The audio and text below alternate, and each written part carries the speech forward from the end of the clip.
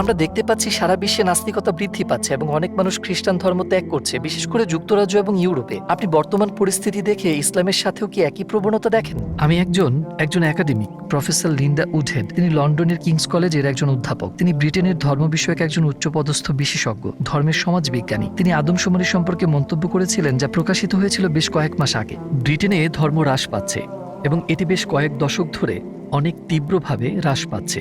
এই হ্রাস প্রবণতা আগামীতেও অব্যাহত থাকবে এবং প্রচেষ্টা চলছে এই হ্রাস অব্যাহত রাখা। কিন্তু যে ধর্মটি ব্রিটেনে হ্রাস পাচ্ছে না তা হলো ইসলাম। আমি কয়েকদিন আগে বার্মিংহামে গিয়েছিলাম।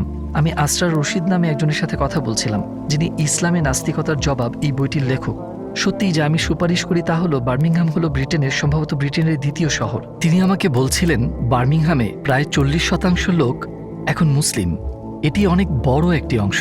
প্রথম প্রজন্মের মুসলিমরা এসেছিলেন কখন? 1950 সালে, 1960 সালে। তারা অবশ্যই ইমানদার মুসলিম ছিলেন না, তাদের সন্তান ছিল অবশ্যই। তো আমি তাকে প্রফেসর লিন্ডা উডহেড সম্পর্কে বললাম, ধর্ম হ্রাস পাচ্ছে, বুঝলেন, নাস্তিকতা, ভৌতিকতা বাড়ছে। ব্রিটেনের মুসলিম যুবকদের কি অবস্থা ব্রার্মিংহামে, ব্রিটেনের দ্বিতীয় শহরে? তারা কি ইবাদত করছে, রোজা রাখছে? আরে হ্যাঁ, তারা তাদের বাবা মায়ের চেয়ে অধিক ধার্মিক।